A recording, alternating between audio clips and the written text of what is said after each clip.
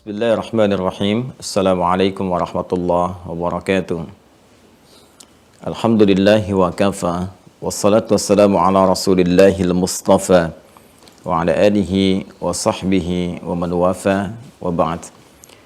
Fa ya ahbaballahi wa ahbab rasulihi sallallahu alaihi wasallam, usi nafsi wa iyyakum bitaqwallahi faqad fazal muttaqun fala tamutunna illa wa antum muslimun.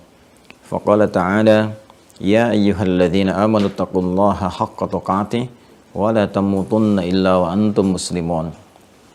Saudara-saudariku, terkhusus di keluarga besar Mira yang terhubung di kesempatan subuh kali ini, Kamis 14 Rabiul Akhir tahun 1443 Hijrah, dan juga yang tersambung lewat channel di YouTube untuk Istifadah. Sebelumnya kita bermohon pada Allah Subhanahu wa taala mengawali jumpa kita di subuh ini. Semoga Allah Subhanahu wa taala senantiasa memberikan bimbingan kepada kita untuk menata kehidupan kita sehingga bisa dijalani dengan kehidupan yang baik, hayatan thayyibah, dan menghasilkan akhir yang mulia, husnul khatimah. Kita juga bermohon pada Allah Subhanahu wa taala semoga siapapun yang berkehidupan sampai dengan hari ini dan belum beriman, dikuatkan jiwanya oleh Allah Subhanahu wa taala, dimudahkan lisannya untuk bersyahadat sebelum wafat dan kembali kepada Allah Subhanahu wa taala.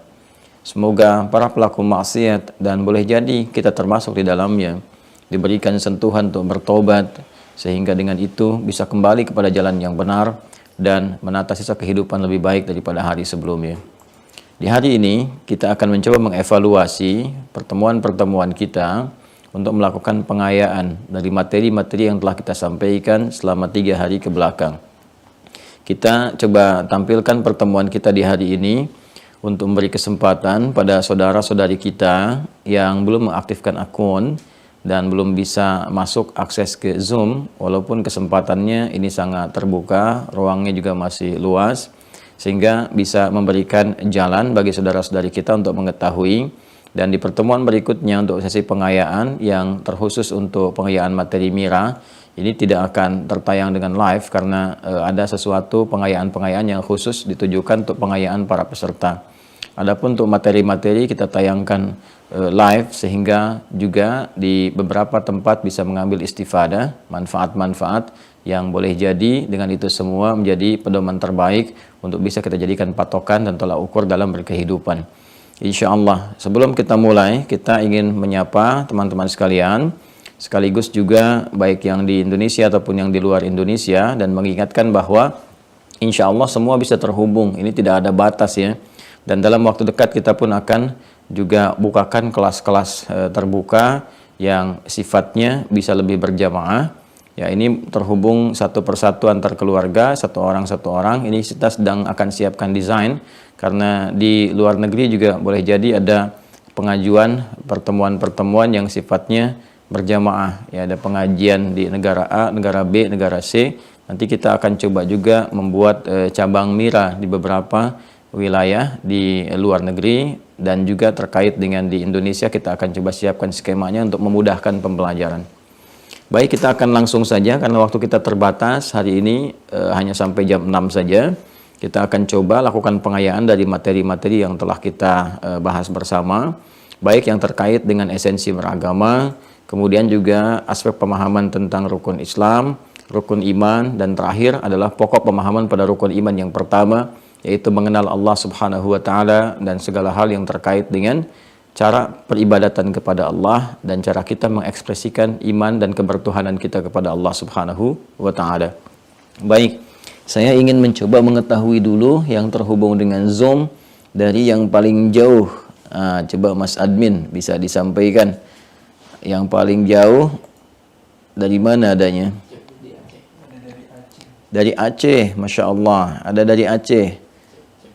Boleh ditampilkan, boleh raise hand yang dari Aceh. Ada yang dari Aceh, ikhwan?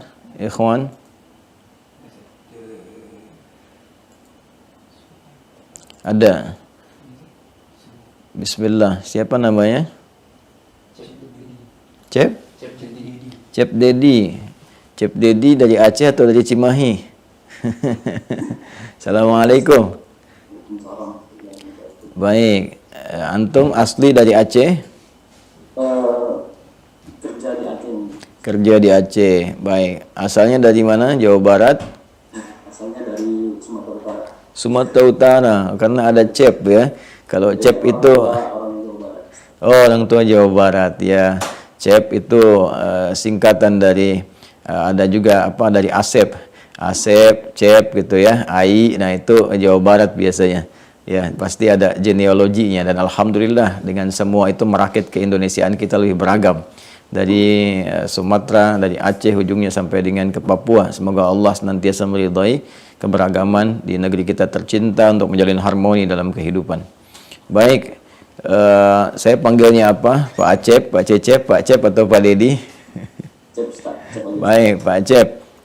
Izinkan saya untuk bisa mengevaluasi dan makan pengayaan dulu. Mengikuti taklim dari awal ya, materi sampai dengan terakhir kemarin. Baik, pertama saya ingin tanyakan dulu, ada berapa jumlah rukun Islam? Ada 5, Ustaz.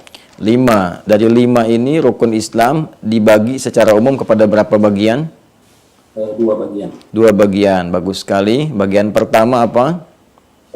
Iman dan Terkait dengan iman. Baik, nama lain dari iman itu apa? akidah. Akidah. Apa penekanan yang membedakan antara makna iman dengan akidah? Iman itu ikatan yang kuat. Iman atau akidah? Akidah itu keyakinan. Orang yang beriman harus yakin tanpa ragu dengan kuat. Baik. Terbalik ya. Baik, kalau disebutkan iman, itu yang dimaksud keyakinannya tanpa ragu. Ya, keyakinan tanpa ragu atas apa yang diyakini itu. Dalam hal ini terkait dengan Allah Subhanahu wa taala dan segala yang Allah tetapkan. Jadi kalau sudah terkait dengan ketentuan dalam din kita, maka cara berinteraksi dengan din, ya syariat Islam kita itu nggak boleh ragu sedikit pun. Kita tidak ragu untuk menetapkan Allah sebagai Tuhan, ya kan? Satu-satunya Tuhan yang hak, tidak ada Tuhan selain Allah, dan kita tidak ragu untuk bisa menunaikan, menjalankan segala apa yang Allah perintahkan kepada kita, baik berupa informasi, perintah, ataupun larangan. Jadi itu cara berinteraksi kita dengan syariat Islam, karena ini rukun, dasar, pokok. Jadi kalau masih ragu berarti yang dasar aja belum mengerti, kan? Yang pokoknya itu belum kokoh. Ya, karena itu bagi umat Islam, kalau ingin keislamannya dipandang kuat oleh Allah Subhanahu wa taala, maka yang pertama dasar yang paling pokok adalah dia mesti yakin tanpa ragu dengan segala hal yang ditetapkan dalam ketentuan syariatnya. Karena itulah kemudian keimanan yang pertama itu melekat menjadi pondasi keislaman yang pertama, yang paling pokok, yang paling dasar. Rukun Islam dibuka dengan bagian pertama unsur iman, yaitu dengan kalimat asyhadu an la ilaha illallah asyhadu anna Muhammadar Rasulullah. Itu unsur iman, unsur pembuka. Ketika dia dibuka dengan kalimat iman itu, maka nanti dikuatkan dengan aspek yang kedua berupa amalan-amalan. Nah, iman ini mesti diikat di dalam jiwa kita, ya, di dalam diri kita dengan kuat, jangan sampai terlepas. Ya, ikatan yang kuat itulah disebut dengan akidah gambarannya. Jadi nama lain iman itu adalah akidah. Kalau iman menunjuk pada aspek keyakinannya tanpa ragu, kalau akidah menunjuk kepada aspek ikatan yang kuat, dijaga, ya, sehingga terbawa sampai dengan kita wafat dan kembali kepada Allah Subhanahu wa taala. Cara mengikat iman supaya kita punya keyakinan tanpa ragu, itu disebut dengan apa namanya? Caranya? Syahadatain. Baik, syahadatain itu gambaran dari iman, tuh kan? Baik, kemudian cara kita menguatkan iman untuk Islam kita lebih kokoh, itu caranya dengan apa? Beramal. Amal. Baik, ini bagian yang kedua tadi. Jadi rukun Islam yang 5 dibagi kepada 2 bagian. 2 ini yang mengikat pokok keislaman kita. Jadi kalau kita gambarkan Islam itu diikat dengan 2 pokok utama, ya. Satu iman, itu gambarannya ada di kalimat asyhadu an la ilaha illallah, asyhadu anna Muhammadar Rasulullah. Kemudian yang kedua adalah amal, ya kan? Nama lain dari iman itu adalah akidah untuk penguatannya. Nama amal itu nama lainnya adalah syariat, ya. Jadi kalau dikatakan kepada kita bagaimana cara kita, jalan kita untuk meyakinkan diri kita beriman tanpa ragu, Cara kita membuktikan bahwa kita ini yakin dengan Allah tanpa ragu, untuk mengikat keyakinan kita dalam jiwa kita, caranya kita harus buktikan lewat amal, ya kan? Nah, jalannya disebut dengan syariat. Jadi syariat itu nama lain dari jalan untuk kita membuktikan keimanan, ya, sebagai jalan untuk kita membuktikan keimanan lewat ibadah. Itu syariat dari kata syara'a, ya, syara'a lakum minad din. Jadi jalan kita untuk menunjukkan keimanan kita kepada Allah Subhanahu wa taala. Baik, keimanannya sudah terwakil oleh syahadatain, kemudian jalannya atau amalnya yang pokok ada berapa? Amal yang pokok ada 4. Baik, ada 4. Yang pertama apa? Sholat, Kedua, zakat, 3, puasa, 4. haji. Baik, jadi 4 ditambah 1 ini menjadi 5. Ini yang kita kenal dengan rukun Islam. Jadi saya menginginkan semua tidak sekedar menghafal atau hafal, tapi memahami, ya, bahwa kalau kita ingin menguatkan simpul keimanan kita, maka harus ditempuh lewat amal. Selain membuktikan keimanan, juga amal berfungsi untuk menguatkan iman kita. Jadi kalau ada orang misalnya mengaku beriman tapi tidak sholat, maka pembuktian imannya dipertanyakan. Makanya Nabi pernah mengatakan, Nabi bersabda, gitu kan, kalimat Nabi itu tegas sekali. Perbedaan orang kafir dengan orang yang telah beriman itu nampak pada sholatnya. Ya, ini menunjukkan sebuah kesan yang dalam bahwa sholat itu penting untuk pembuktian iman. Karena itu, ketika seseorang sudah mengatakan asyhadu an la ilaha illallah, asyhadu anna Muhammadar Rasulullah, Allah menuntut pembuktian lewat ibadah, dan ibadah pertama yang disebutkan itu salat. Ya, ditemukan di mana dalilnya? Di Quran surat Toha. Baik, ayat keberapa? Ayat ke-14. Bagus sekali, ayat ke-14. Apa bunyinya? Innani anallah. Baik. Innani anallah. La ilaha illa ana fa'budni wa aqimis sholata wa zikri. Bagus sekali. Baik, bagus sekali, ya. Innani anallah. Ingat syahadat saja. Ya, pokoknya kalau kita ingin berdalil bagaimana pembuktian iman lewat ibadah, dan ibadah pertama adalah salat, tinggal digabungkan saja. Ya, gambaran iman itu adalah la ilaha illallah pada Allah, kemudian setelah itu ibadah, setelah itu salat. Kalau kita ingat konsep 3 ini, syahadat, ya, ibadah, salat, maka ayatnya akan mudah dihafalkan. Kita bacakan, gabungkan ketiganya, ya, gambaran dari ayat Al-Quran, innani anallah, ya kan? Ingat la ilaha illa ana, itu yang syahadatnya, ya kan? Fa'budni, pembuktiannya, bagaimana membuktikan lewat salat, wa aqimis salata li dzikri. Jadi salat itu, ini dalil pertama dalam Al-Quran, salat itu pertama sebagai pembuktian keimanan kita kepada Allah. Jadi kalau ada orang mengaku beriman, nggak pernah mau salat, ini menunjukkan imannya bermasalah, ya, komitmennya bermasalah. Jelas sampai sini, ya. Apapun statusnya, apapun keadaannya, hati-hati, ya. Ini kalau Anda pun misalnya menemukan dalam kehidupan, saudara-saudariku, dimanapun Anda berada, ada orang-orang dengan gelar apapun, bahkan gelar agama melekat pada dirinya misalnya, ya, yang jadi rujukan karena punya kemampuan ini dan itu, tapi terlihat tidak sholat misalnya. Ini sebetulnya sedang bermasalah secara akidah. Ya, jangan jadikan rujukan dalam kehidupan. Nabi itu tingkatnya paling utama, tingkat paling tinggi. Manusia paling takwa, pujiannya di Al-Quran tinggi. Wa innaka la'ala khuluqin azim. Ya, surah surga itu turun sekaligus sebelum wafatnya. Jaminan surga. Inna a'tainakal kautsar. Ini kan? Itu sudah menjamin Rasulullah SAW. Pujian tinggi, dekat dengan Allah, gelarnya luar biasa, dijamin dengan surga, masih sholat. Dan menunjukkan kepada kita cara sholat. Dari mulai kondisi fisiknya sehat, sampai sakitnya gitu kan, sampai bagaimana bersandar pada tongkat, menunjukkan kepentingnya sholat ini untuk kita tunaikan. Karena apa? Pembuktian iman. Jelas, ya? Karena itu kenapa orang tua sangat ketat sekali kepada anak-anaknya, ya, untuk kemudian ayo sholat, gitu kan? Karena untuk menjaga keimanan mereka, untuk membuktikan di hadapan Allah, ini amanahmu ya Allah, kami jaga dengan baik gitu. Itu satu.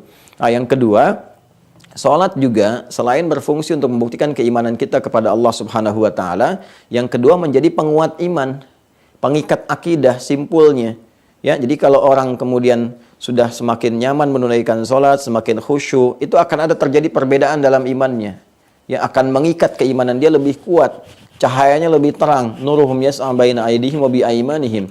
Kalau tidak percaya, silahkan Anda, ya, atau kita semua, teman-teman yang terhubung di Mira ataupun yang di YouTube pada saat ini menyimak. Kalau tidak percaya silahkan, orang-orang yang meningkat kuantitas dan kualitas sholatnya, itu akan terjadi perbedaan dalam dirinya. Tingkat keyakinannya lebih tinggi. Akan berbeda dengan yang biasa-biasa. Ya, silahkan perhatikan. Level dalam penunaian sholat itu kan terlihat. dia dalam prakteknya. Ada orang yang baru senang sendiri sholatnya, itu pun sholat fardu, ya kan? Ya, belum bisa berjamaah. Di bawah itu yang sholat fardunya masih juga terlambat, kan? Nah, kemudian yang kedua, mulai sholat fardu, walaupun belum berjamaah tapi tepat waktu. Yang ketiga, mulai senang berjamaah, kan? Yang keempat, mulai senang dengan tambah sholat sunnah. Yang kelima, mulai mendata semua sholat sunnah jenisnya apa saja. Yang rawatibkah, yang mutlakkah, itu kan, qobliyah, ba'diyah, dan sebagainya. Itu kalau Anda perhatikan semua itu akan melahirkan perbedaan dari kekuatan iman. Nanti kekuatan iman ini akan diuji dari respon kita terhadap hal-hal yang terkait dengan respon keagamaan. Akan muncul itu. Karena iman mendorong kita untuk berperilaku. Seperti sering saya sampaikan. Ya, misalnya untuk berbicara beda. Orang kalau sudah senang dengan sholat sunnah, senang tahajud, ya itu akan terdorong. Cara berbicara dia akan berbeda. Karena pengaruh sholat akan melekat pada dirinya. Apa itu? Tanha 'anil fahsya'i wal munkar. Quran surah ke-29 ayat ke-45. Ya, jadi tanha 'anil fahsya'i wal munkar itu manfaat dari salat. Utlu ma uhya ilaika minal kitab wa aqimis shalah inna salata tanha 'anil fahsya'i wal munkar. Sungguh salat yang benar dikerjakan itu, ada alif lam di dalamnya, itu akan memberikan manfaat mencegah dari perbuatan keji, fahsya yang bersumber dari nafsu. Ya, mohon maaf sekali, pornografi, porno aksi, LGBT, kata-kata jorok, kotor itu fahsya. Mungkar segala perbuatan buruk yang diingkari oleh hati, mencuri, korupsi, menipu, bikin hoax ya dan sebagainya, ya itu mungkar namanya. Nah, jadi kalau sholat kita benar, karena tadi fungsi sholat itu menguatkan iman, mengikat kekuatan iman dalam diri kita. Kalau imannya sudah terikat kuat, cahayanya makin terang. Cahaya iman inilah yang membimbing kita untuk berperilaku. Karena itulah ketika cahaya iman ini hadir, maka dibimbing semua tubuh kita itu untuk berekspresi, berperilaku. Mata dibimbing pakai iman, lisan dibimbing pakai iman. Kalau iman sudah masuk ke mata, saya sering sampaikan, ditegaskan oleh Allah di Quran surah 24 An-Nur. Nur itu kan cahaya. Dibimbing matanya memandang dengan cahaya, cahaya Rabbani namanya. Ya kan?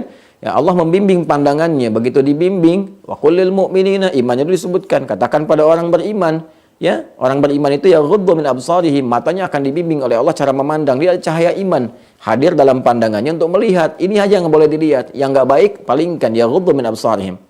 Ya, perempuan begitu ayat 31-nya. Wa qul lil mu'minati yaghuddna min absarihinna, katakan pada perempuan yang beriman.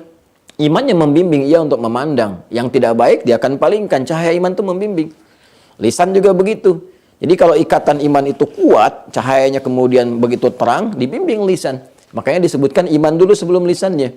Ya, Quran surah 49 itu ayat 11 kan sampai 12 sebagai contoh, ya ayyuhalladzina amanu la yasraq qaumin qaum, hai orang-orang yang beriman jangan saling mencela, gitu kan? La yagtaba'dukum ba'dha, jangan bikin hoax, jangan gibah, jangan fitnah. Gitu kan? Iman membimbing kita untuk menepati janji. Quran surah ke-5 Al-Maidah ayat pertama, ya ayyuhalladzina amanu, iman dulu, aufu bil uqud, tepati perjanjian dan sebagainya. Nah, itu sebetulnya fungsi ibadah itu, kalau kita kerjakan dengan benar, selain membuktikan keimanan kita kepada Allah, itu untuk mengikat tali-tali iman, simpulnya, akidahnya. Dengan ikatan yang kuat itu tertanam di jiwa, sehingga nggak mudah dilemahkan. Ditawari materi, pindah agama, pindah akidah, pindah keyakinan, nggak begitu. Ya, jadi kalau kita rajin sholat dengan benar, rajin ibadah dengan benar, rajin berinteraksi dengan kebaikan, hal-hal dalam syariat yang pokok tadi, itu nggak mudah goyah. Sekaligus juga memberikan kekuatan cahaya iman untuk membimbing kita berperilaku, maka muncullah tanha 'anil fahsya'i wal munkar. Hadirlah khaira ummah. Itu yang menjadikan orang-orang di masa jahiliyah dengan perilaku yang buruk bisa berubah jadi orang paling baik yang pernah hidup di bumi. Turun ayat mengatakan kuntum khaira ummah ukhrijat linnas ta'muruna bil ma'ruf wa tanhauna 'anil munkar. Ingat, belum selesai. Wa tu'minuna billah, karena engkau iman kepada Allah. Jadi orang beriman itu pasti jadi baik. Ya, pasti jadi baik.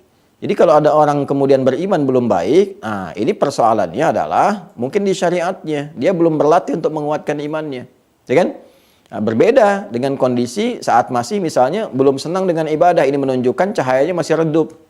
Karena itu sangat mudah keluar dari lisannya, walaupun dia misalnya mengatakan dirinya muslim, ya, tapi kurang menunaikan syariat yang pokok-pokok tadi, maka cahaya iman itu kurang kuat. Ya, masih redup kondisi dirinya. Ya, masih belum kuat ikatan simpulnya, sehingga kadang dengar kalimat-kalimat yang mencela agamanya, nggak ada girah dalam dirinya, kan? Kadang terbawa dengan logika-logika yang bahkan ya ini menyesatkan, ya. Kadang-kadang juga keluar kata-kata yang belum tertata dengan baik. Nah, itulah perbedaannya. Ya, karena itulah kemudian iman mendorong seseorang untuk berbuat menjadi baik. Ya, dari apa? Dari perbuatan yang disupport lewat ibadah. Perbuatan baik yang didorong oleh iman itu adalah menjadi soleh. Maka kita katakan amal soleh. Nah, karena itulah sebetulnya di lisan orang-orang tertentu itu ada kalimat-kalimat fitrah yang menyebutkan itu. Ya, coba kalau seseorang sudah rajin tahajud, sudah baik dan sebagainya, orang akan berkata dia sudah soleh sekarang, kan? Dia sudah solihah. Bahkan kadang-kadang dipakai candaan kan, soleh, padahal namanya cep kan? Ya, nah, itu sudah kalimat fitrah sebetulnya. Nah, sekarang itu yang pokok tadi yang harus kita jaga ya. Jadi fungsi syariat sudah terjawab tadi ya. Selain bisa menguatkan keimanan kita, juga membuktikan keimanan kita kepada Allah Subhanahu wa taala. Nanti dampaknya dalam kehidupan merubah kita berperilaku lebih mulia. Ya, jelas sampai sini konsepsinya ya. Pak Cep dipahami ya? Ya, insyaallah. Baik, alhamdulillah. Nanti bagaimana caranya kita menguatkan iman dengan sempurna itu? Nah, di sini kemudian kita teruskan pada bahasan-bahasan lanjutan yang berikutnya.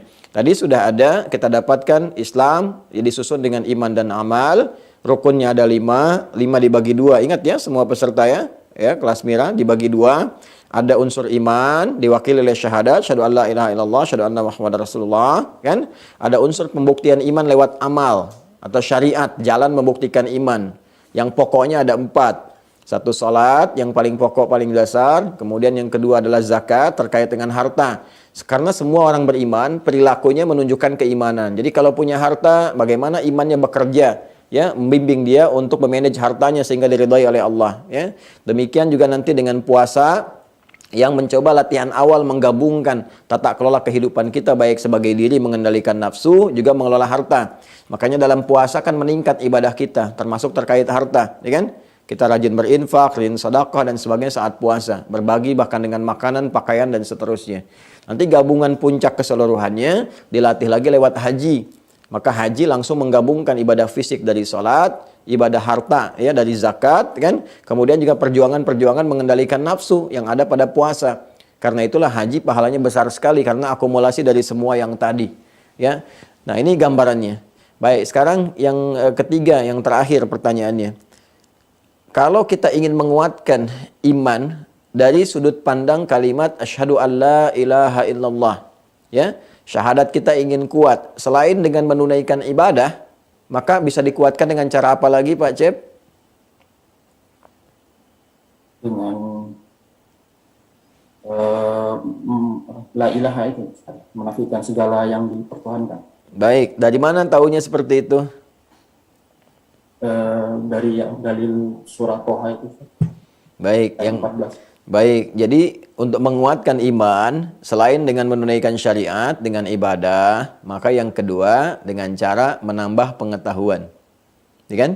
Dengan cara belajar untuk memahami kalimat la ilaha illallah. Jadi ilmu itu yang akan mendukung kita supaya kuat kita memegang teguh keimanan kita. Karena ilmu itu pokok dasar dalam Islam. Apapun kalau dengan ilmu itu pasti akan kuat.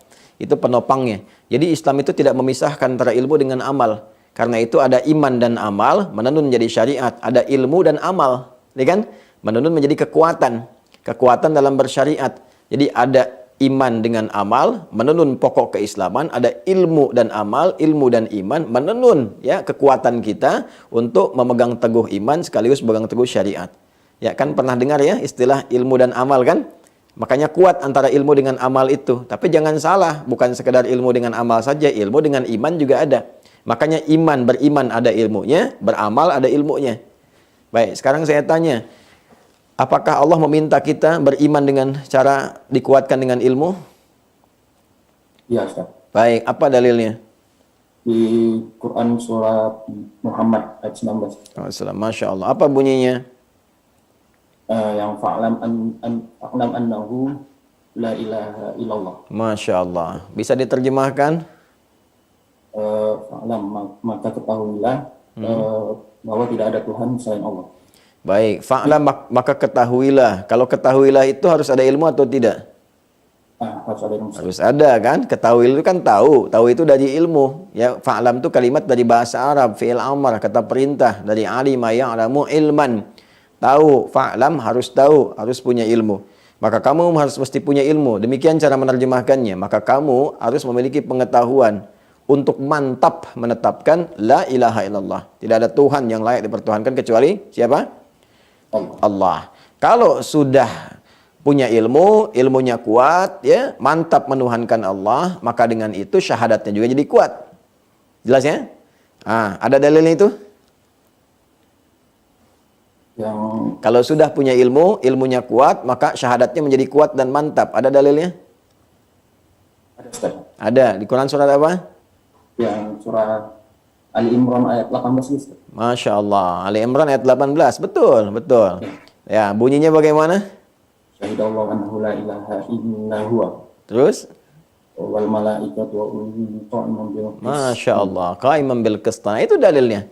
Ya, yang mantap menetapkan keesaan Allah itu, yang maha mengetahui, yang pertama Allah Subhanahu wa taala yang maha mengetahui. Tentu, ya Allah Tuhan tahu dirinya Tuhan dan tahu ya tentang hal-hal yang terkait dengan ketuhanan. Itu sudah otomatis secara logis. Kemudian malaikat mantap ya menetapkan Allah sebagai Tuhan karena malaikat jiwanya takwa, la ya'sunallaha ma amarahum wa yaf'aluna ma yu'marun. Kemudian yang ketiga wa ulul ilmi qa'iman bil qistah, dan para pemilik pengetahuan yang disokong dengan pengetahuan yang benar. Jadi kalau kita menggunakan pengetahuan yang benar mencari Tuhan, ketemunya pasti ke Allah, nggak ada yang lain, ya kan? Nah, dasar perintahnya di Quran surah 47 Muhammad SAW ayat 19, kalau sudah ilmunya ada, ilmunya kuat, baru kemudian mantap syahadatnya di situ, nggak bisa digoyahkan dengan apapun. Jadi kalau di debat orang, ditanya, di apa-apakan, dia bisa jawab dengan sempurna, mau sisi apapun ditanyakan kepada dirinya. Nah, sekarang yang terakhir, ilmu yang terkait dengan penguatan iman, ya, untuk memantapkan, menuhankan Allah Subhanahu wa taala, ilmunya disebut apa namanya? Ilmu tauhid Ustaz. Ilmu tauhid. Apalagi nama lainnya? Fikih akbar. Bagus sekali. Apalagi nama lainnya? Waktu kecil belajar apa?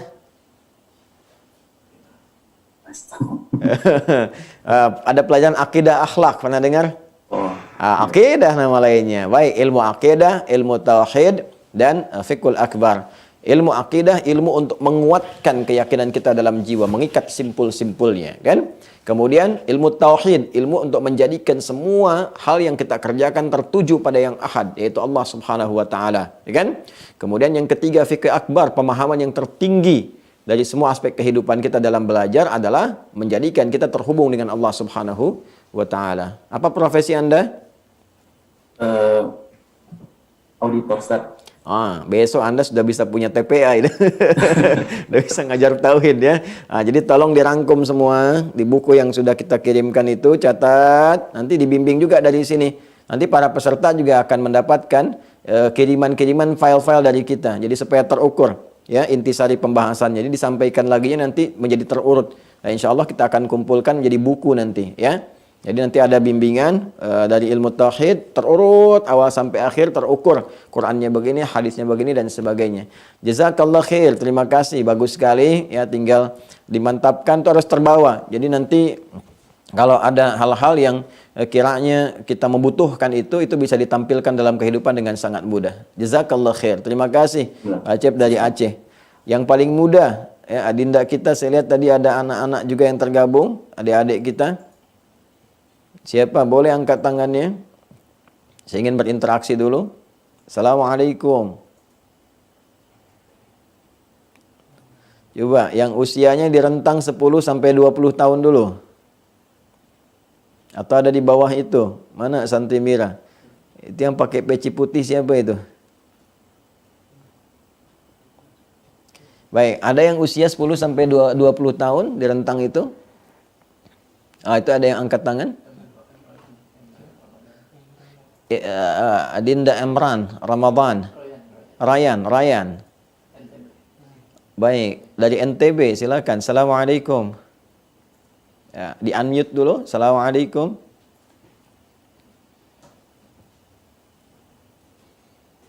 Ya, terdengar suaranya sampai sana? Coba Rayan di unmute dulu, dihidupkan mikrofon. Silakan. Assalamualaikum warahmatullahi wabarakatuh. Saya belum dengar suaranya. Coba dari sana di unmute dulu. Sudah?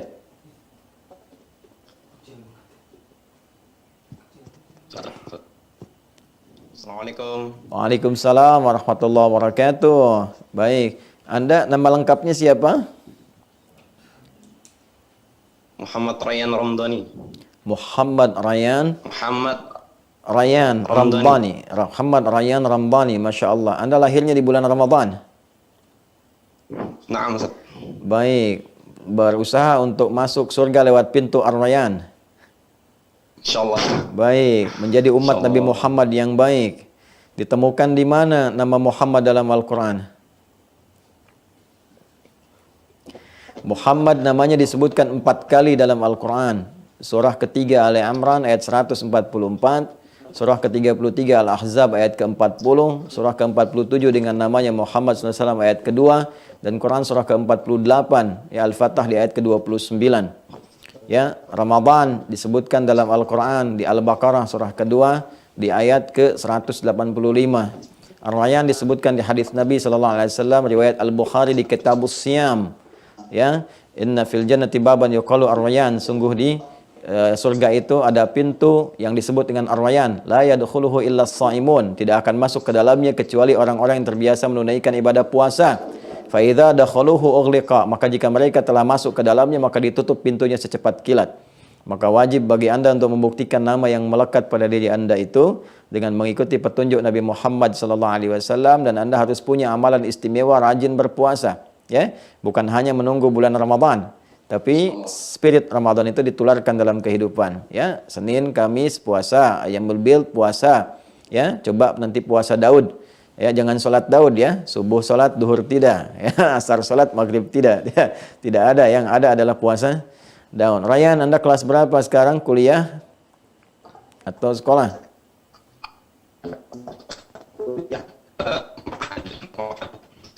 Agak kurang jelas ya. Sinyalnya sampai sana kurang jelas ya. Baik. Di NTB-nya di mana?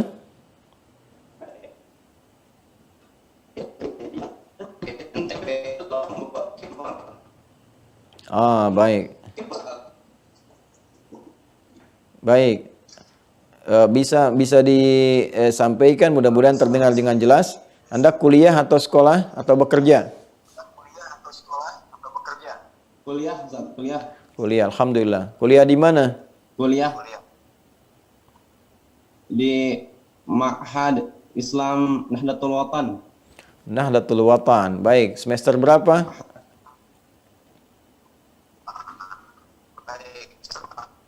Semester 1. Baik, ambil jurusan apa? Quran hadis. Ah, Quran hadis, Masya Allah. Baik, ini memang tinggalnya di daerah mana di NTB-nya? Sinyalnya agak kurang kuat di sana.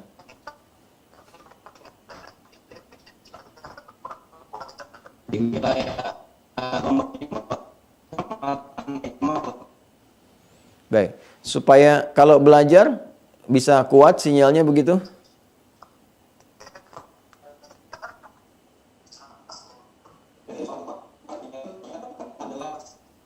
Baik, kalau supaya kuat sinyalnya pakai apa? Apa handphonenya ataukah wifi atau apa?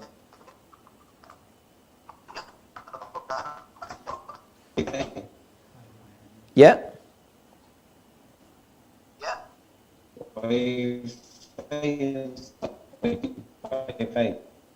Baik, nanti tolong sampaikan kepada admin karena saya kurang mendengar jelas, kontak di admin. Gimana caranya supaya jelas belajar ya. Kalau nanti butuh wifi disampaikan, nanti kita support dari sini pasang wifi di sana. Ya, kalau nanti ganti handphone, cari handphone yang paling agak bagus ya, sesuai untuk bisa belajar baik sehingga tersambung dengan baik ya. Tapi kalau untuk beli sinyal, saya nggak tahu bagaimana caranya. Yang penting Anda bisa tersambung dengan baik. Jazakallah, saya tidak bisa menguji dengan lebih jauh karena jawabannya tidak terdengar dengan sempurna. Nanti ada admin yang akan menghubungi ya supaya ditata lagi di sana ya. Nanti sinyalnya apa di sana kita akan coba tanyakan sesuai dengan providernya masing-masing di tempatnya. Ya, yang penting Anda bisa belajar dengan baik dan paham. Ya, jangan sampai nanti terambil sedikit-sedikit sehingga tidak sempurna pemahamannya. Jazakallah Muhammad Rayyan Ramdhani. Semoga Allah muliakan Anda dan keluarga dan mohon doanya selalu untuk kita dakwahnya bisa berjalan dengan lancar dan ikhlas. Jazakallah khair. Baik, ada yang paling jauh, yang lain? Akhwat, ada akhwat silakan.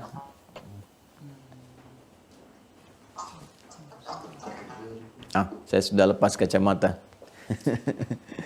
Baik, ada akhwat yang bisa berdialog, silakan. Ada yang mau ditanyakan, akhwat, materi-materi yang sudah dibahas? Tidak ada? Dari Riau, silakan. Silakan, Ibu Mardia. Atau angkat tangan kalau ada yang mau ditanyakan. Kalau tidak, saya berpindah kembali kepada ikhwan. Ada yang angkat tangan? Silakan. Dari Medan, Ibu Rahmawati, dipersilakan. Allah yabarik fiik. Silakan, fadhali. Assalamualaikum Ustaz. Waalaikumsalam warahmatullahi wabarakatuh. Alhamdulillahirrahmanirrahim. Izin bertanya Ustaz. Ya, silakan. Kan pada saat materi tentang mengenal Allah, kan kita di situ dikatakan Allah itu Maha Esa, ya Ustaz. Allah itu tunggal. Jadi ada beberapa di lingkungan saya gitu kan Ustaz. Ya.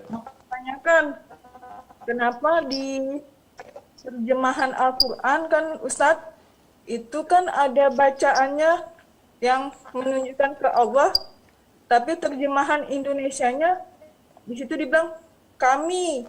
Baik. Itu kita sempat juga menanyakan, berarti kan kami itu kan jamak kalau dalam tafsiran Indonesia ya Ustaz.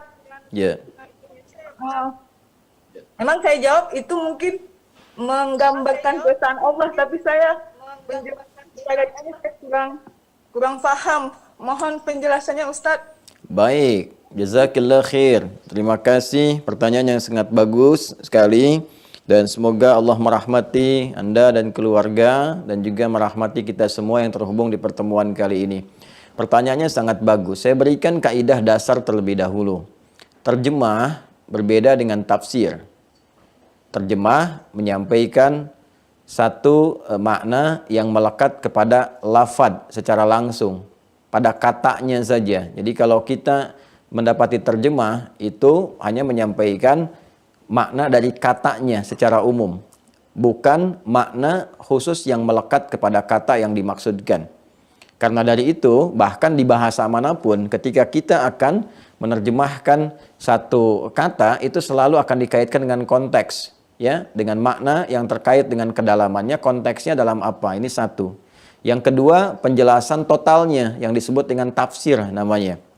Karena itu terjemah itu tidak bisa mewakili makna secara luasnya. Itu kaidah yang pertama. Saya ingin berikan gambaran seperti ini misalnya.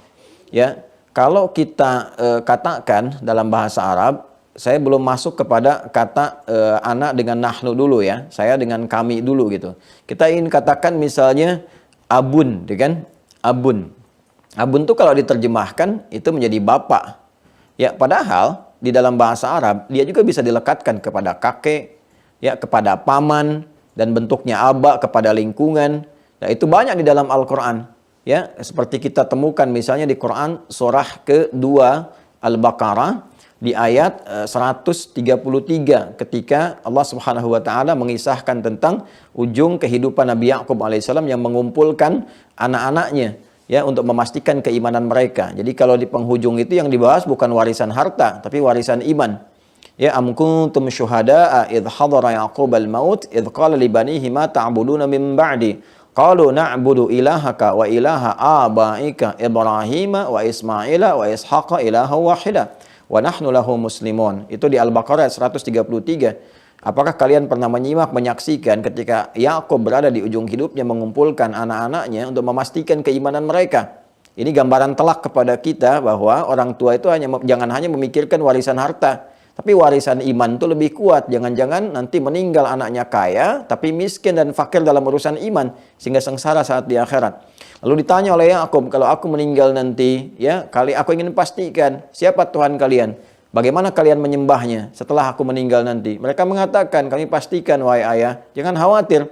Ya, na'budu ilahaka, kami akan konsisten dan komitmen menyembah Rabbmu, Rabb kita semua, wa ilaha abaika, ya, dan Tuhan-Tuhan bapakmu. Ya, siapa itu? Ibrahim. Nabi Yakub apakah langsung anaknya Nabi Ibrahim? Kan tidak. Ya, Nabi Yakub itu kan bukan langsung anaknya Nabi Ibrahim. Ya, Nabi Yakub kaitannya dengan siapa? Kaitannya dengan Nabi Ishak, ya kan? Ishak baru ke Nabi Ibrahim. Kemudian disebutkan di situ juga, ya, bapaknya siapa? Ismail. Padahal kan nggak langsung ke Ismail. Nabi Yakub bukan anak Nabi Ismail.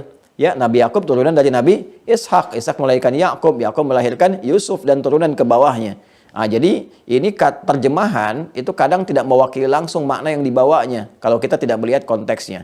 Lalu sekarang terkait dengan pertanyaan Anda, kalau dibawa ke aspek tauhid, kami sering temukan di terjemah itu kata kami merujuk pada Allah Subhanahu wa taala. Bagaimana cara memahaminya? Sederhana, di Al-Qur'an yang menunjuk kepada Allah Subhanahu wa taala ada dua jenis. Satu, yang menunjukkan aspek ketuhanan mutlak di situ, ya, yang menunjukkan ketunggalannya menggunakan kata anak di dalamnya. Contoh, Quran surah ke-20 Thaha di ayat ke-14. Allah mengatakan innani anallahu, sungguh sayalah Allah. Ya, jadi kalau sudah menggunakan bentuk ana dan Allah yang menyampaikan kepada aspek tauhid, ini menunjukkan keesaannya, ya, ketunggalannya, bahwa Tuhan itu hanya satu, tidak boleh lebih daripada satu dengan sifat-sifat yang melekat kepadanya. Sayalah Allah yang esa, yang ahad, qul huwallahu ahad, innani anallahu, ana kalimatnya di situ. Jelas ya?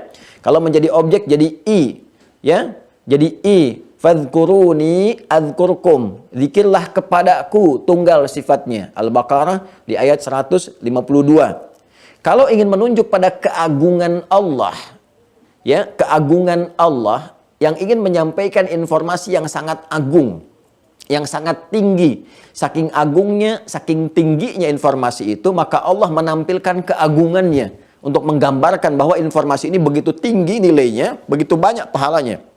Maka di dalam bahasa Arab, ini sudah rumus standar. Kalau Anda belajar ilmu balaghah, perapan nanti, turunan dari ilmu nahu, untuk memberikan sebuah kesan yang tinggi, itu nanti ada namanya ta'zimun nafsi.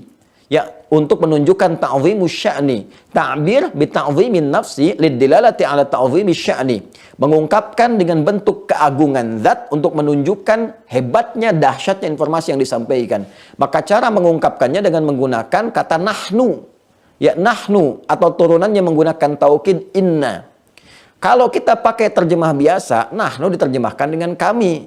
Nah, itu baru bahasa Arab standar dengan menggunakan pendekatan ilmu nahwu. Tapi kalau kita belajar balaghah, kita akan paham, oh, makna nahnu itu tidak selalu diartikan kami, tapi diartikan menunjuk kepada keagungan diri, ya, untuk menguatkan sebuah pesan yang agung, yang pahalanya banyak, nilainya besar. Karena itulah setiap kali Allah ingin menyampaikan sebuah informasi yang dahsyat, yang tidak biasa, yang pahalanya besar, maka digunakanlah kemudian bahasa yang tingkat tinggi menggunakan ta'zimun nafsi, ya, li ta'zimis sya'ni, yaitu bentuk nahnu atau menggunakan bentuk inna yang naknya panjang. Contoh, ketika Allah Subhanahu wa taala menyampaikan pesan tentang malam Al-Qadar, yang pahalanya lebih daripada 1000 bulan. Itu kan dahsyat, tinggi, nggak setiap malam ada, gitu kan? Maka Allah gunakan bentuk ta'zimun nafsi, li ta'zimis sya'ni, keagungan dirinya untuk menguatkan pada manusia. Aku menyampaikan informasi yang sangat penting, bahkan saking pentingnya aku hadirkan keagunganku. Ya, aku pertaruhkan, kalau dalam bahasa makhluk pertaruhkan, ya. Aku hadirkan keagunganku untuk menunjukkan keagungan informasi yang aku sampaikan. Maka digunakanlah inna anzalnahu fi lailatul qadar. Ketika Allah menegaskan fungsi Al-Qur'an sebagai zikir, itu sesuatu yang agung, sesuatu yang tinggi, membuat kita dekat dengan Allah, membuat kita lebih baik, membuat kita mudah dalam menjalani kehidupan, sesuatu yang penting. Karena itulah ketika Allah menyebutkan Quran berfungsi sebagai zikir, digunakan kata inna dan nahnu sekaligus. Quran surah ke-15 Al-Hijr di ayat 9. Inna nahnu nazzalna dzikra wa inna lahu lahafidhin, ya, wa inna lahu lahafidhun. Inna nahnu, sungguh, perhatikan kalimatnya, demi keagunganku. Begini cara menerjemahkan tafsirnya. Sungguh, demi keagunganku, aku tegaskan, aku kuatkan, kan? Aku turunkan Al-Quran itu berfungsi sebagai zikir. Wa inna lahu lahafidhun. Dan sungguh demi keagunganku, aku jaga Al-Quran itu. Ya kan? Aku jaga Al-Quran itu. Nanti Allah menugaskan para malaikat dan sebagainya, para rasul untuk menguatkan penjagaan itu. Untuk membuktikan keagungan Allah subhanahu wa ta'ala. Karena disitulah kemudian kita temukan bentuknya menggunakan bentuk inna. Tapi terjemahan nggak bisa mewakili itu. Karena terjemahan itu terbatas. Kalau ingin tahu makna itu, maka kepada tafsir. Jelas ya? Maka kalau ditanya, kenapa ini terjemahannya kami? Ini cuma terjemah kata. Kalau ingin tahu maknanya, maka menggunakan tafsir. Yang dimaksud fungsi nahnu dan inna, terjemahnya bukan kami, tapi menunjukkan keagungan, kedahsyatan, keagungan Allah untuk menunjukkan dahsyatnya informasi yang disampaikan. Ini sudah standar dalam bahasa Arab. Kalau kita belajar menggunakan ilmu balaghah, kita paham tentang makna-makna ini. Nah, ini banyak ditemukan nanti dalam Al-Quran, ya, makna-makna semacam ini. Jadi demikian, karena itu para ulama mengatakan tidak bisa kita memahami Al-Quran lewat terjemah. Terjemah kita itu hanya menuntun ya makna umum dari ayat yang disampaikan. Umumnya seperti ini, tapi kedalaman maknanya nggak seperti itu. Contoh lagi misalnya, ya contoh bukan hanya itu. Contoh Alif Lam Mim di Al-Baqarah. Dzalikal kitabu la raiba fi. Kalau Anda lihat di mushaf, dzalikal kitab diterjemahkan kitab ini. Tapi kan di bahasa Arab ini bahasa Arabnya hadza. Sedangkan dzalika itu. Ya, kenapa nggak Anda tanyakan, kok nggak diterjemahkan kitab itu? Diterjemahkannya kitab ini. Ya kan? Ini malah makin nggak konsisten. Ya, kalau kita nggak paham, nanti ragu dengan kitab sendiri, dengan terjemahan sendiri. Ya, kenapa? Karena dzalika itu, ya saudara-saudariku, adik-adik sekalian, dzalika itu sebetulnya di ilmu balaghah itu pecahan dari 3 kata.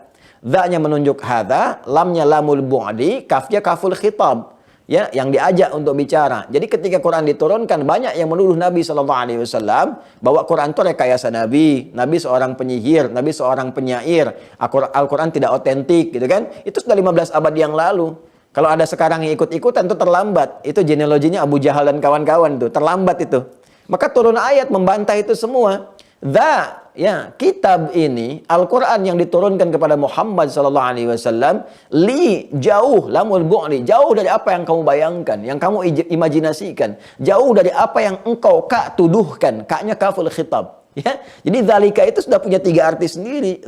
Kitab ini li lamnya lamul bu'li, jauh dari apa yang kamu tuduhkan, dari apa yang kamu bayangkan. Ini bukan buatan Muhammad SAW, bukan rekayasa Nabi. Nabi bukan seorang penyihir. La raiba fi, menggunakan kata raib, bukan la syakka fihi.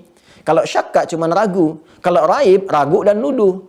Kata Al-Quran ini nggak boleh diragukan, nggak ada keraguan, nggak ada tuduhan. Kalau kamu nggak yakin, buktikan, bikin semisalnya. Maka turun Quran kedua, surah kedua ayat 23. Wa in kuntum fi raibim mimma nazzalna ala abdina fa'tu bi suratin min mithli. Jadi kembali kepada pertanyaan Anda tadi, jawabannya adalah nahnu yang dimaksudkan di situ itu bukan menunjuk kepada bentuk jamak terhadap Tuhan. Jadi bukan menunjukkan Tuhan lebih daripada satu. Kalau ada non-muslim mengatakan tuh Islam tuh Tuhannya lebih daripada satu, ya, karena kenapa? Itu disebutkannya kami. Anda sampaikan, Anda baca terjemahan, bukan baca Quran, bukan dari Qurannya, dari terjemahan, ya kan? Dan terjemahan itu tidak tepat mewakili makna. Berarti terjemahannya salah, bukan terjemahan menerjemahkan kata, ya kan? Bukan memberikan makna. Kalau ingin belajar kepada makna, belajar tafsir. Itulah pentingnya kita mengaji tafsir. Jadi kalau menemukan kata nahnu dalam Al-Quran, itu tidak dipahami, tidak selalu dipahami dengan kami, kalau menunjuk kepada Allah. Ingat ya? Kalau menunjuk kepada Allah, itu menunjukkan satu makna keagungan Allah yang disampaikan untuk menunjukkan keagungan dan pentingnya informasi yang hadir kepada kita. Membawa makna yang sangat tinggi. Tapi kalau ada kata nahnu ditujukan kepada manusia, ya, di dalam Al-Quran itu menunjukkan bentuk jamak sifatnya, kami. Ya. Dan ini sudah netral dalam kehidupan kita. Misalnya saya mengatakan begini ya, Bapak Ibu sekalian, demikian ceramah yang saya sampaikan. Kami mohon maaf kalau ada kekurangan. Apakah ketika saya katakan kami menunjuk kepada sayanya banyak? Kan tidak. Jelas ya? Kan ada 2 makna yang saya ingin bawa. Satu, menunjukkan kerendahan hati. Itulah bedanya. Kalau Allah ta'zimun nafsi, keagungan dirinya. Kalau kita manusia, kerendahan hati kita. Ya. Yang kedua, ingin menggerakkan bahwa ceramah yang berlangsung ini, ya, itu juga ada peran si A, peran si B, peran si C. Demikian dalam Al-Quran, dalam ilmu tafsir. Jadi ketika disebutkan nahnu, untuk menunjukkan keagungan Allah Subhanahu wa taala, keagungan informasi yang disampaikan, dan Allah menugaskan ya hamba-hambanya yang terbaik untuk menyampaikan informasi itu dan menjamin kebaikan untuk kita semua. Jelas ya? Saya kira panjang lebar saya sampaikan, insya Allah jelas untuk dipahami. Baik, ada yang lain yang mau ditanyakan?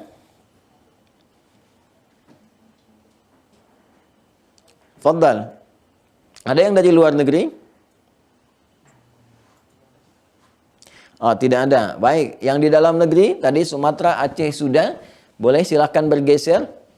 Mana lagi? Ada Jawa, Jawa Barat, Jawa Timur, Jawa Tengah, Sumatera, Riau, Jambi. Fadal, silakan angkat tangan.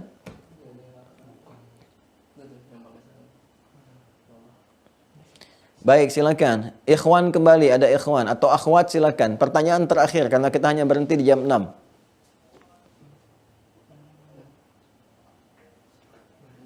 Ah, itu ada yang angkat tangan.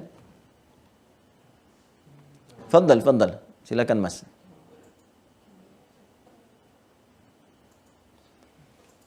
Baik, silakan.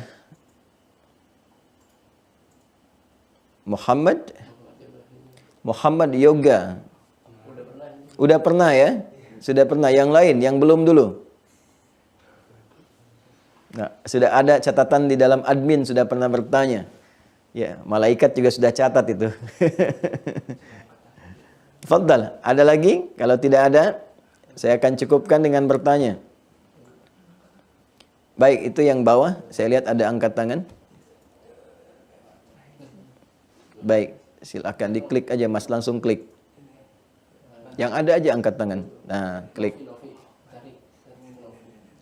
Baik, silakan. Siapa di info? Admin siapa? Ibu Novi dari Jawa Tengah. Baik, silakan. Fadhali, silakan.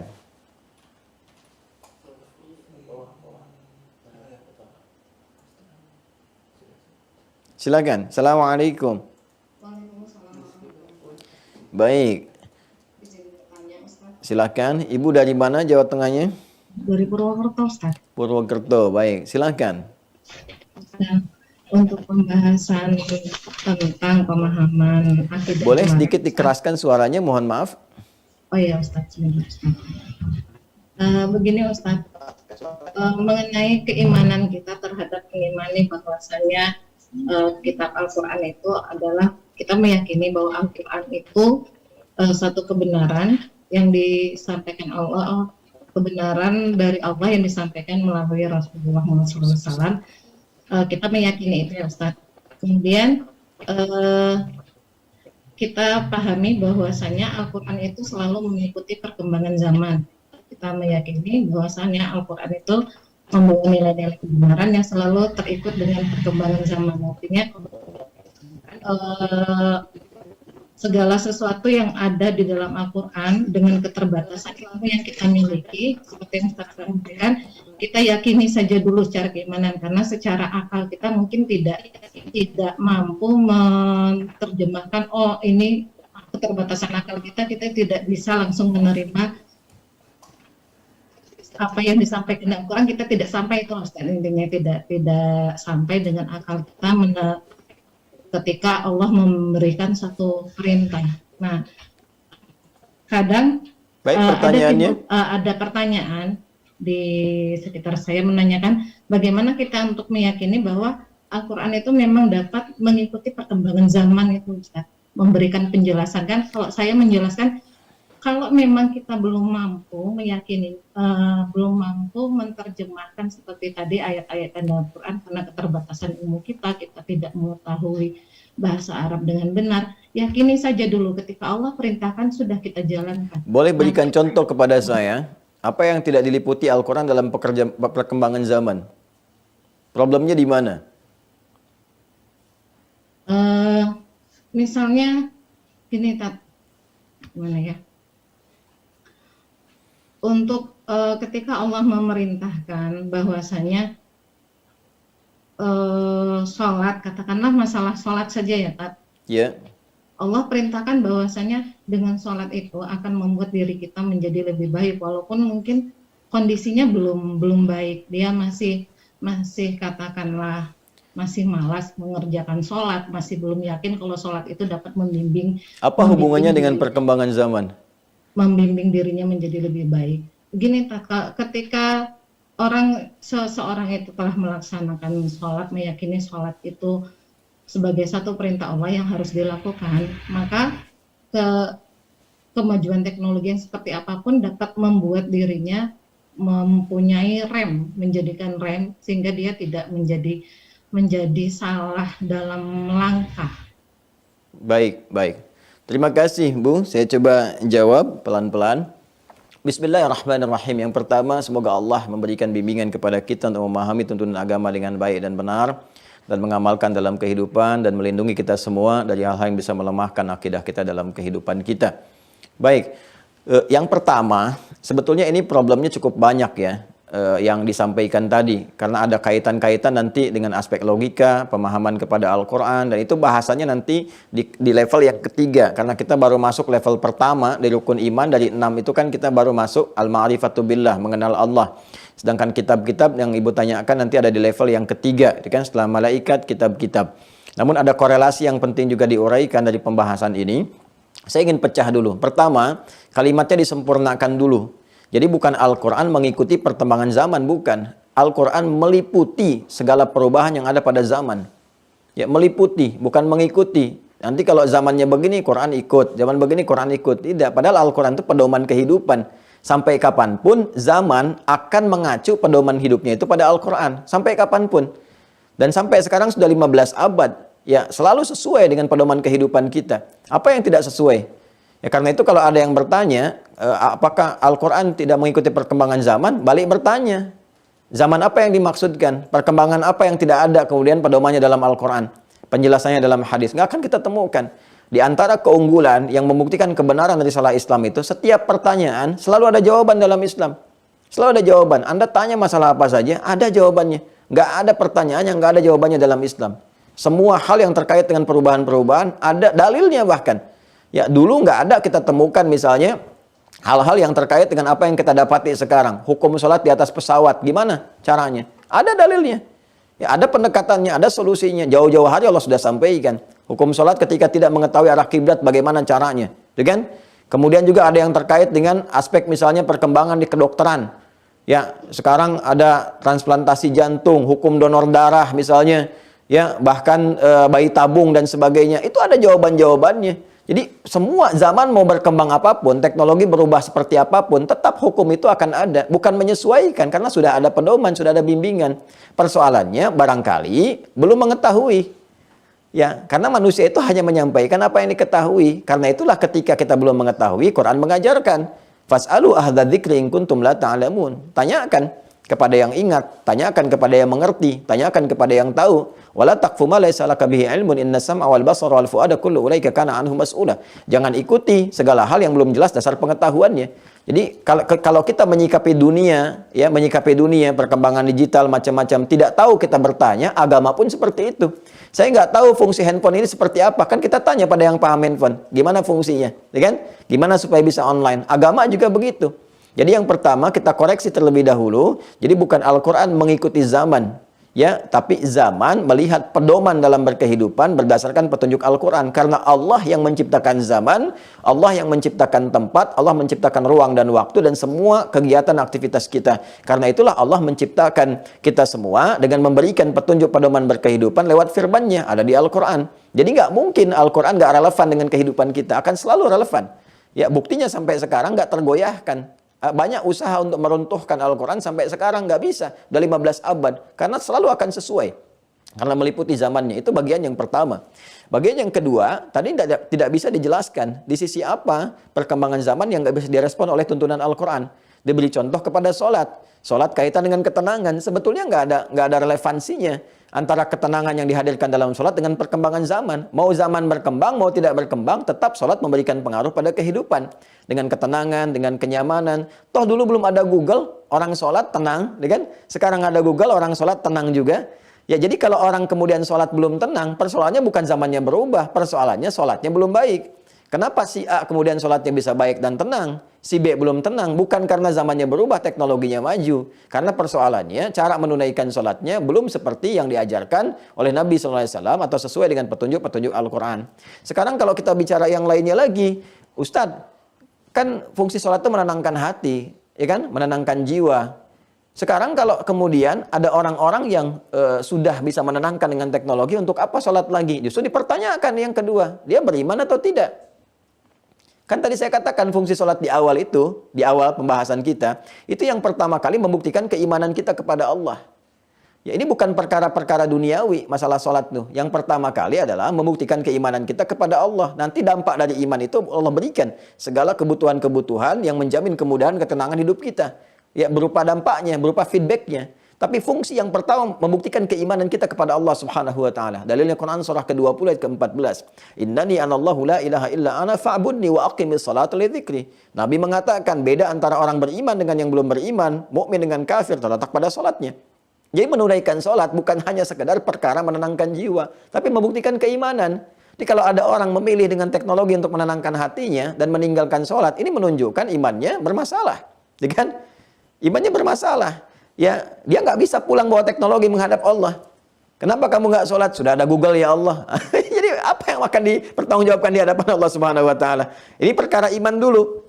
Ya, kemudian sholat itu juga mencegah, nanti dampaknya baru lahir ketenangan kalau sholatnya benar, ya kan? Lahir keberkahan. Dan jangan dikira semua orang yang dekat dengan teknologi bisa jadi tenang, belum tentu. Banyak orang-orang ahli teknologi mengakhiri hidupnya karena nggak tenang. Saya tanya kepada Anda, ya, berapa banyak di Amerika yang bunuh diri? Padahal sudah maju teknologinya. Berapa banyak di Jepang yang harakiri? Padahal banyak teknologinya.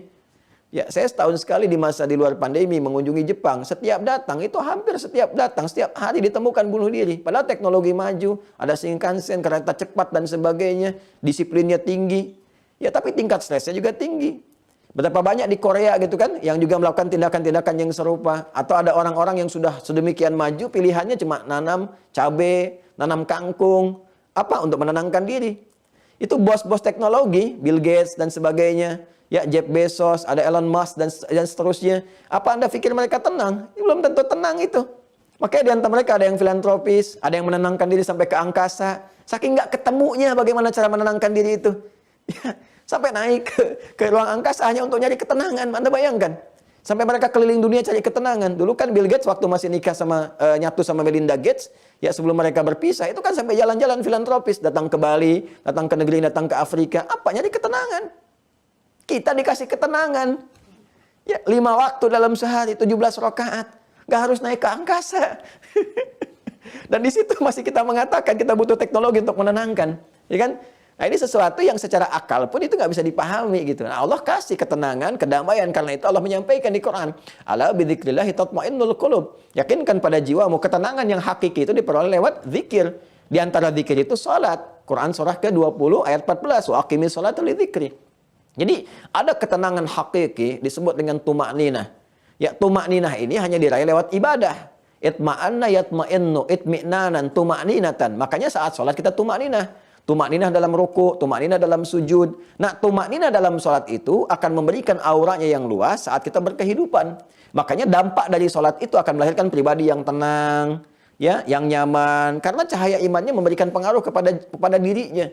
Itu ketenangan yang hakiki. Ketenangan lewat materi sifatnya nisbi, relatif. Begitu materinya bermasalah, bermasalah tenangnya. Begitu materinya nggak ada, hilang ketenangannya. Ya, Anda menyandarkan ketenangan misalnya kepada harta. Ibu menyandarkan ketenangan kepada uang belanja. Suami kasih uang belanja, tenang awal bulan. Begitu telat, nggak tenang kan? Salat beda. Karena salat itu ketenangan langsung melekat kepada roh dalam kalbu kita. Ya, ini bagian yang keduanya. Yang ketiga, sebetulnya pertanyaan ini itu pengembangan dari paham-paham liberal yang pernah ditampilkan, ingin mencoba mengoreksi Quran cuma gagal. Ya, cuma gagal. Apa di antara mereka klaim yang dibangunnya? Dulu saya pernah dapati pertanyaan ini. Jadi saya jawab juga secara logika gampang. Ustadz, sholat itu kan fungsinya tanha 'anil fahsya'i wal munkar. Kan? Mencegah perbuatan keji dan mungkar. Jadi kalau saya sudah bisa mencegah perbuatan keji dan mungkar, maka saya nggak perlu sholat lagi dong. Mirip-mirip kan pertanyaannya? Cuman casingnya beda kan? Sholat itu fungsinya mencegah perbuatan keji dan mungkar. Kalau saya sudah bisa mencegah perbuatan keji dan mungkar, berarti saya nggak harus sholat lagi. Jawab saya apa? Mas, meninggalkan sholat itu termasuk perbuatan mungkar. Meninggalkan sholat termasuk perbuatan mungkar. Jadi sepanjang Anda nggak sholat, Anda masih mengerjakan perbuatan mungkar. Gitu. Jadi kadang-kadang untuk menjawab hal-hal demikian kita tidak perlu banyak menampilkan dalil, tapi kita bisa jawab dengan cara berpikir yang tepat. Ya, karena cerdas itu anugerah, bodoh itu pilihan. Nah, sekarang banyak orang sudah bodoh nekat gitu, itu jadi masalah. Jadi dulu kata para ulama, kepintaran dan kebodohan itu terbagi 4. Yang pertama ada orang pintar, tahu dirinya pintar. Yang kedua ada orang yang tidak pintar, ya, tapi tahu dirinya tidak pintar. Ya, jadi pertama orang pintar, tahu dirinya pintar. Yang kedua orang pintar yang tahu dirinya tidak pintar, ya kan? Yang ketiga, ini orang bodoh, ya, yang tahu dirinya bodoh. Yang keempat orang bodoh yang tidak tahu dirinya bodoh. Ini bermasalah, ya. Yang keempat ini orang bodoh yang tidak tahu dirinya bodoh, bermasalah. Nah, sekarang ada yang kelima, orang bodoh yang tidak tahu dirinya bodoh dan ngajak orang lain bodoh. Ini bermasalah. Di zaman sekarang kita banyak temukan, ya, kita banyak temukan. Biasanya dari pernyataan-pernyataan yang liberal, yang macam-macam dan sebagainya, ya kan? Ini yang dia nggak tahu waktu sholat itu ada dalam Al-Quran. Dia nggak tahu, ya, karena ketidaktahuannya, dan dia tidak mengerti, dia tidak tahu, dan dia ngajak orang lain nggak tahu juga. Dia sampaikan kepada orang nggak ada waktu sholat dalam Al-Quran. Sudah dia nggak tahu, dia nggak ngerti dirinya nggak tahu, dan ngajak orang lain nggak tahu. Ini orang bodoh yang tidak mengerti dirinya bodoh dan ngajak orang lain bodoh. Nah, ini golongan kelima muncul sekarang. Jadi Bu, kalau ada pertanyaan seperti tadi lagi, ya, disampaikan, tanyakan dulu apa yang tidak sesuai dari Al-Quran dengan keadaan zaman sekarang. Dibalik dulu dengan contoh, tunjukkan contohnya, ya kan? Contohnya begini. Ibu belum bisa jawab, nanti saya tanya Ustadz. Ya, itu paling gampang. Kok tanya Ustadz? Ya kan semua yang ditanyakan tuh bergantung spesialisasi dan kepakaran. Kalau Anda tanya matematika, kita tanyakan pada ahli matematika. Tanya tentang masakan, Bapak, Ibu bisa jawab. Tanya tentang masalah misalnya fisika, kita tanya ahli fisika. Ini tanya agama, masa semua orang harus jawab? Kan tidak. Ya, inilah sekarang bencananya. Kalau masalah ekonomi, ekonom bicara. Masalah hukum, ahli hukum bicara. Sekarang masalah agama, semua komen. Ya, pakar komunikasi bicara agama, nggak paham juga bicara agama. Ahli politik bicara agama, ahli hukum bicara agama. Kok semua jadi pakar gitu? Ya, itu malpraktek. Di kedokteran kan ada spesialisasinya. Masa dokter mata mau ngobati jantung, yang meninggal. Gitu ya. Ya, mohon maaf saya terlalu bersemangat ya, karena dalam kondisi-kondisi ini ada harus beberapa bagian yang kita tekankan deh. Bisa dipahami Bu ya? Jazakillah khair. Alhamdulillah. Baik, demikian kiranya kita bisa simpulkan di pembahasan kita di subuh kali ini. Jadi kita mesti peka ya. Kita mesti peka, tapi yang kita obati adalah pemikirannya. Ya, jadi kita tidak menyoal orang ya. Jangan sekali-kali membiasakan menyoal, mencela atau membuat sesuatu yang tidak baik tentang orang lain. Jadi yang kita koreksi adalah perbuatan-perbuatan dan pemikiran. Sepanjang memang itu adalah sesuatu yang menyimpang. Sehingga tampil kemuliaan kita dengan cara yang lembut kita menyampaikan, dan kita tidak pernah persoalan dengan orang. Yang kita persoalkan kalau ada hal-hal yang tidak konsisten, itu pun argumentasinya harus jelas. Harus terukur dengan baik. Ya, jadi saya simpulkan dari yang pertama ya, tentang bagaimana menguatkan tauhid lewat iman, kemudian ditambah dengan amalan. Yang kedua, kalau menemukan kalimat-kalimat di dalam Al-Quran yang kurang dipahami, kita pertanyakan. Seperti tadi kalimat kami di terjemahan, ya ini menunjuk ta'zimun nafsi, bukan menunjuk kepada bentuk plural yang mengesankan bahwa Tuhan itu bisa banyak, bisa jamak, tidak. Namun menunjukkan ta'zimun nafsi, keagungan diri, untuk menunjukkan ta'zimus sya'ni, dahsyatnya informasi yang disampaikan. Ya, kemudian juga terkait dengan hal-hal sekitaran kita, mewaspadai pemikiran-pemikiran yang muncul yang ditujukan untuk mendangkalkan akidah kita atau melemahkan keimanan kita kepada Allah Subhanahu wa taala, dan segala yang terkait dengan ketetapan Allah, baik lewat kitab-kitabnya, firman-Nya di dalam Al-Qur'an, atau juga terkait dengan misi kerasulan, atau ada yang menyoal juga dengan hal-hal yang terkait dengan qada dan qadar, kiamat, ya, malaikat dan sebagainya. Itu hanya semua upaya-upaya untuk melemahkan keyakinan kita. Makanya penting kita belajar dengan baik supaya pembelajaran ini menguatkan akidah kita dan menanamkan kekuatan kita untuk beribadah kepada Allah Subhanahu wa taala. Saya kira ini yang bisa kita urai terlebih dahulu di kesempatan Kamis kali ini. Demikian, terima kasih. Allahumma taqabbal minna innaka antas sami'un alim wa tub 'alaina innaka antat tawwabur rahim. Rabbana atina fid dunya hasanah wa fil akhirati hasanah wa qina adzabannar. Subhanakallahumma wa bihamdika nasyhadu an la ilaha illa anta nastaghfiruka wa natubu ilaik. Wa sallallahu ala sayyidina Muhammad wa ala alihi wa sahbihi ajma'in wa akhiru da'wana alhamdulillahi rabbil alamin. Assalamualaikum warahmatullahi wabarakatuh.